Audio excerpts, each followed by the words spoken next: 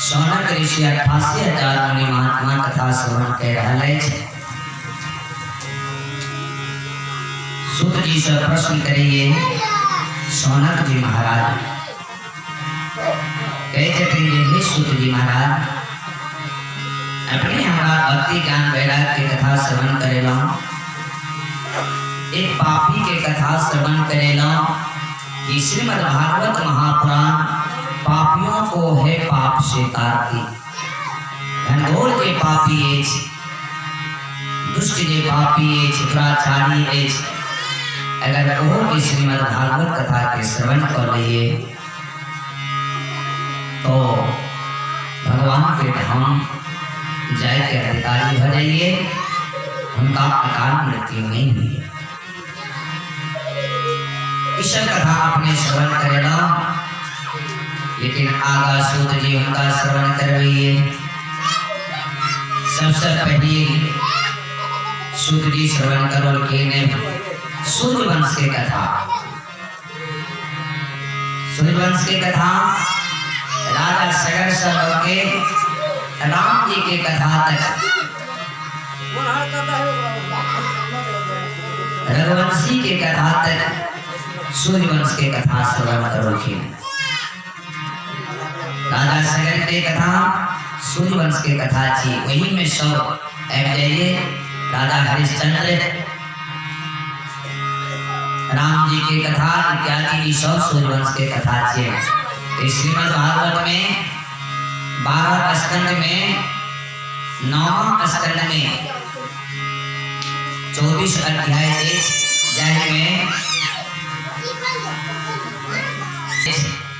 जहाँ में आत्मा में राम जी के चरित्र के वर्णन है और 13वां अध्याय से चंद्रमा वंश के वर्णन, 12 अध्याय में सूर्यवंश के वर्णन और 13वां से चंद्रमा वंश के वर्णन करे, कृष्ण के कथा के वर्णन करे, 10वें स्कंद में प्रवेश कर जाइए और 90 अध्याय में कन्हैया जी के वर्णन श्रीमद् भागवत में की। प्रत्येक व्यास श्रीमद् भागवत कथा हम सब श्रवण कर रहे छे। आप ओते जी विस्तार से हम सूर्यवंश के कथा के लगे चंद्रमा वंश के कथा कमी हेते तय द्वारे संक्षेप से उदाहरण रूपे कथन बीच बीच में उनका लेख सूर्यवंश के राम जी के रामायण के कथा के और विशेष रूप से चंद्रवंश के कथा के वर्णन हम सब करें छी। ए द्वारे कृष्ण के कथा विशेष रूप से होना चाहिए तो श्रीमद् भागवत महापुराण और रामायण के कथा है तो रामायणों कथा में एक कृष्ण के कथा तो कोई भी उदाहरण रूपे उनका ले छे और विशेष रूप से राम के कथा के वर्णन कर लिए। दोनों एक दूसरा के पूरक छी। अगर राम कथा है तो श्रीमद् भागवत महापुराण से उदाहरण ले लिए और अगर श्रीमद् भागवत महापुराण हुए तो रामायण से उनका पूरक रूप उदाहरण रूप में ले लिए तब इनका पूरा हो। इससे पहले हम कह देना कोई भी पर सस्पिशन नहीं करवे मतभेद नहीं करवे निकी कहा कल के वो कहा कल के 7 दिन में किए दिन कर करना एक बार उदाहरण रूप से ले सूत जी सौनक जी के सूर्यवंश के कथा सुनल की राम जी की कथा अयोध्या में लिखी और सुनल की एहन राजा दशरथ जी चल के अयोध्या पूरी एहन चले अति पावन सुंदर सीताराम जी के नगरी चले राजधानी संग कहिए सीताराम जी की प्यारी राजधानी लागे राजधानी लागे मोहे मीठो मीठो सरस्वती को पानी लागे मोहे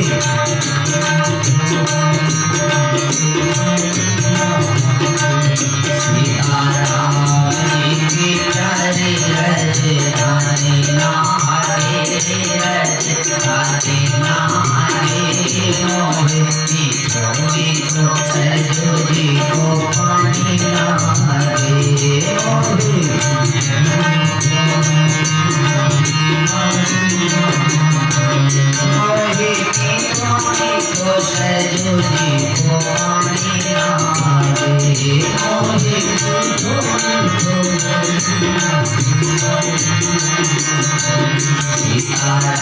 जी की प्यारी राजधानी लागे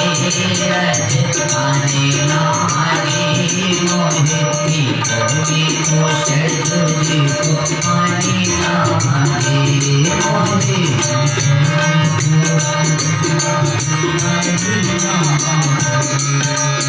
धन्य कौशल्या धन्य कीर्ति धन्य सुमित्रा मैया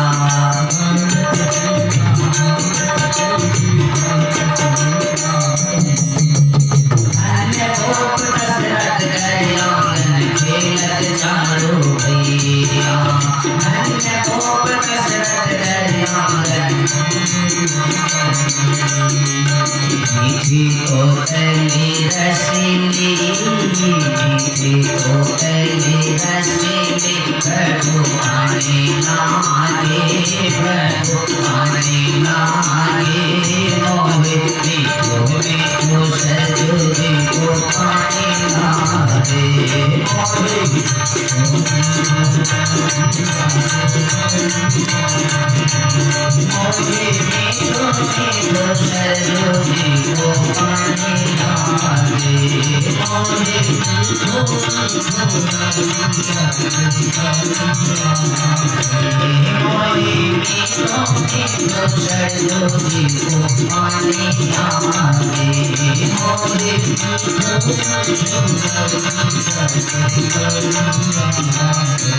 सीताराम जी की प्यारी राजधानी लागे राजधानी लागे मोहे मीठो मीठो सरस्वती को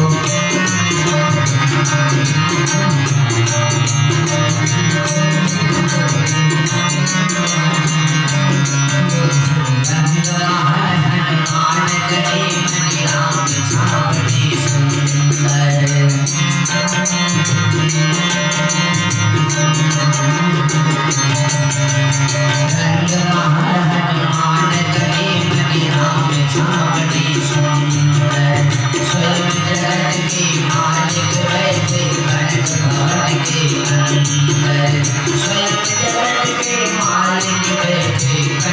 वृंदावन के अंदर सीताराम जी की शोभा तोने आने नाचे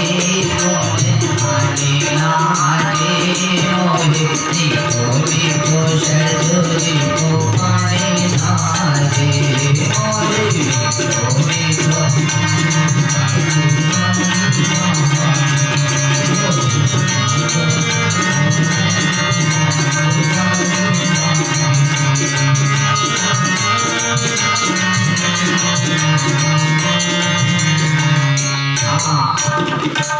रंग महल हनुमान गढ़े मणिराम छावनी सुंदर स्वयं जगत के मालिक बैठे कनक भवन के अंदर। कनक भवन में स्वयं परमात्मा विश्राम थे। वर्णन के ने महाराज दशरथ के नगरी के इतनी सुंदर राजधानी सीताराम जी के छे। एना हमरा राधे श्याम जी की राजधानी मथुरा के वर्णन संत के की राधे श्याम जी की नगरी राजधानी प्यारी लगी। वो मीठो मीठो जमुना जी को पानी लगा। जमुना जी के किनारे में मथुरा जी के वर्णन के यह मथुरा राज्य में चंद्रमा वंश में मथुरा के राजा देवक बैठे। अति प्रिय राजा चल के देवक प्रजा के पुत्र के समान माने चलते और प्रजो उनका पिता तुल्य माने चलते। सबके उनका पिता के तुल्य मान के उनका आज्ञा के पालन करे चलते और सुख दुख में राजा से हो प्रजा के सहायता करे चलते। राजा के काम में चैन प्रजा के सेवा के नहीं द्विका तत्पद संसार में सोता सेवा उनको एक नेता के पद राजा के पद और एक संत के पद ये दोनों पद से सेवा करके जोगी राजनेता के धर्म चैन राजनेता दिन रहे समाज में चलिए समाज के कल्याण के वास्ते और संत दिन रहे संसार में चलिए जीव के कल्याण करके वास्ते बल्कि नहीं अपन सेवा करके वास्ते। संत जीव के ईश्वर से मिलावट के जे काम करिए वो संत छे और राजनेता समाज में कल्याण करके काम करिए एक बार राजनेता सेवा के जोगी राजनेता और संत छे। मुदा आय हमरा सबके उल्टा पड़ गए उल्टा राजनेता या संत अपने सेवा करवावे चाहिए ज्यादा मूलवत भी शास्त्र कहिए आदमी के राजनीतिक पद में जल्दी प्रवेश नहीं करना चाहिए। बहुत खतरनाक है।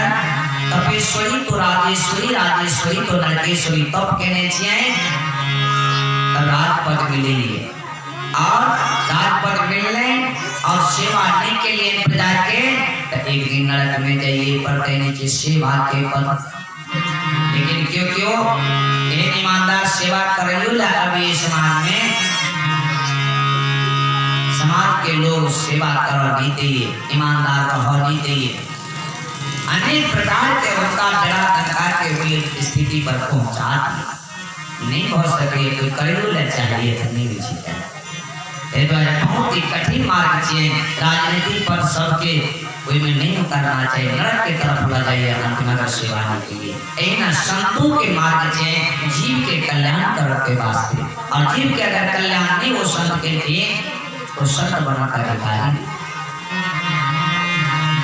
राजा के देवक चैन वो प्रजा के सेवा करे पुत्र के समान। तो स्वामी जी निकल के मानस में जाई राज प्रिय प्रजा को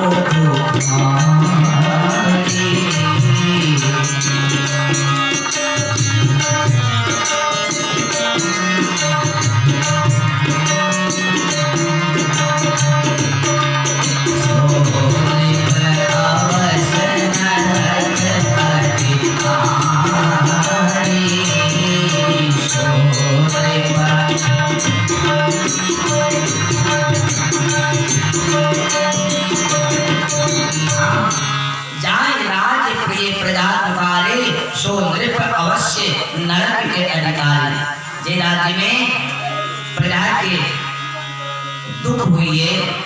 और राजा नरक के अधिकारी बने थे। द्वारे प्रजा की सेवा करवा चाहिए।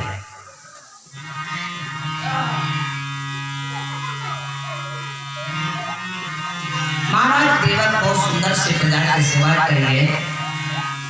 और उनका भक्ति हो छैन, ज्ञान हो छैन। धर्म धुरंधर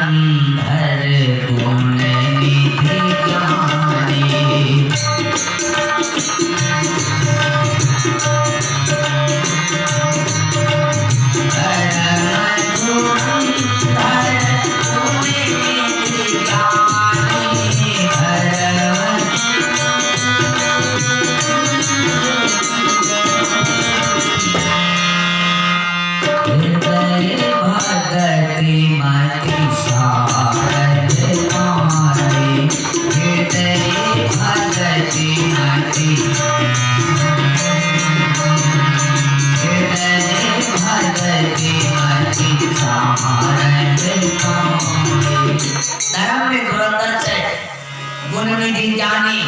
ज्ञानी छे और हृदय में भक्ति शोभन छे। दोनों चीज हर राजा के नहीं मिली। बहुत आदमी नहवाने रही है लेकिन भक्ति नहीं रही छे हृदय में। अब बहुत के हृदय में भक्ति रही है तो उनका धोने में 99% की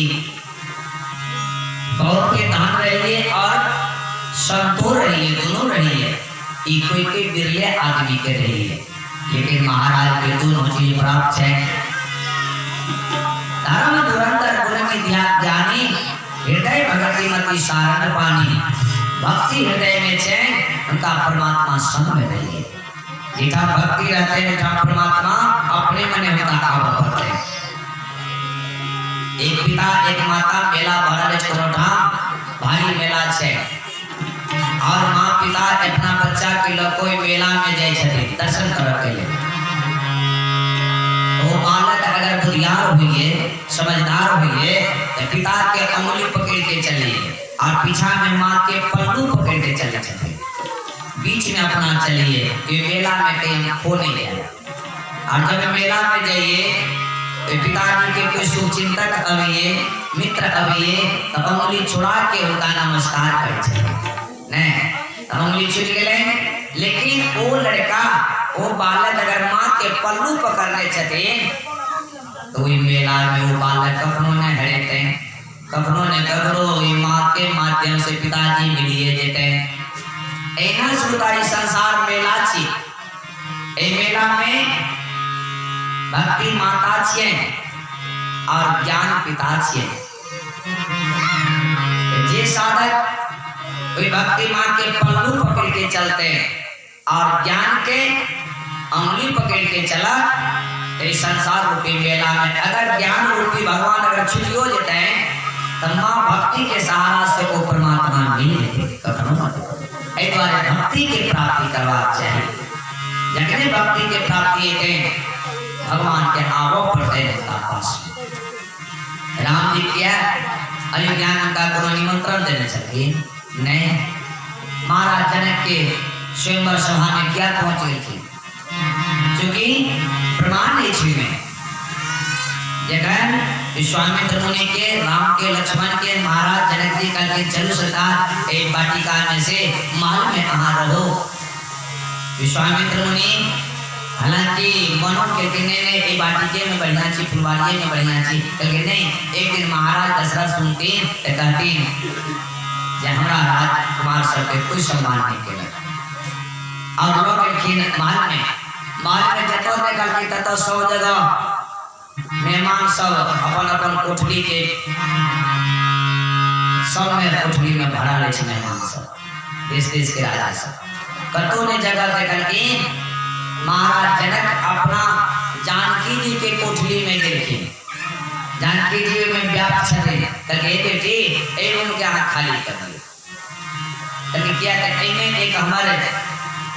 महत्वपूर्ण मेहमान अबे छथिन रहती तके पिताजी का हम कत जाए तके हां हमरा कोठली में चल जाओ। संकेत करके ने कोठली उनका हृदय चैन यानी हमारा हृदय में यहाँ वास करो। जानकी जी भक्ति स्वरूपा छठे तो जनक जी के हृदय में मां भक्ति वास करे छठे परमात्मा के अपने आवा पर ले जनक को जी हम भक्ति रहते हैं हम परमात्मा के आवा पर थी तो भक्ति के प्राप्ति करके कोशिश हमरा हाथ करवा चाहिए। श्री महाराज देवर के भक्ति हो छे हृदय में और ज्ञान हो छे धर्म में धुरंधर छठे राज बढ़िया जगह चल रहा है से उनका समय चौथापन ऐगले राज्य करे उनका एकटा गुरु महाराज चल के जंगल में तपस्या करे चलके संयोग से गुरु जी के एक दिन आभास मिले जिस शिष्य के कुछ ज्ञान देवा चाहिए जंगल से वो गुरु महाराज राज्य में आवा के लिए देखने के लिए राज्य में महाराज सुनल के गुरु आगमन सुना जब राजा मिलने गए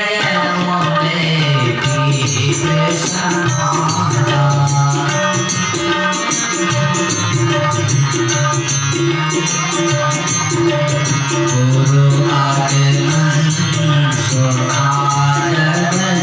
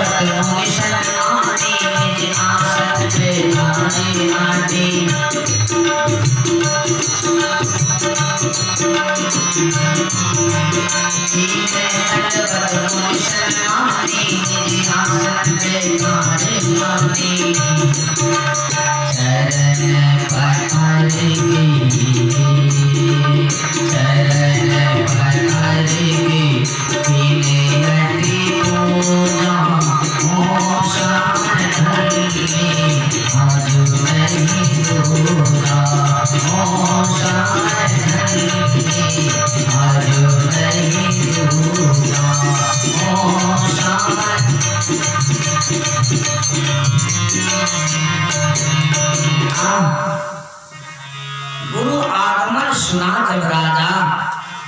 मिलन गए उनले विप्र समाज तुरंत मिलन के लिए लिखे कहकर गुरु सब के संसार में कोई भी गुरु के क्या कहिए आई तो सब जगह पूरा संसार में गुरुए गुरु हो गए छे कोई नहीं कही हमसे सके सब कही हम गुरु छे नहीं गुरु के अर्थ तो ये होता है गुरु जो रो अज्ञान सत्य प्रकाश के तरफ जे संत लावे चेला के उनका नाम चल गुरु।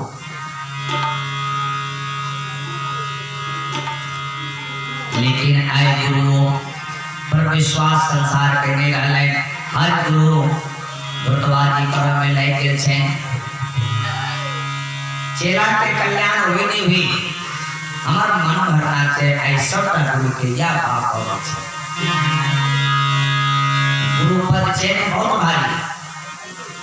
गुरु बिना तो वेद पुराण पढ़वे तो भगवान मिला वाला के छे एटे वर्णन करे छथि संत महात्मा सब गुरु के पद में बहुत ऊंचा है मुदा लेकिन गुरुओं के ध्यान रखना चाहिए शिष्य के कल्याण होना चाहिए नहीं तो हर सीता ने सोकर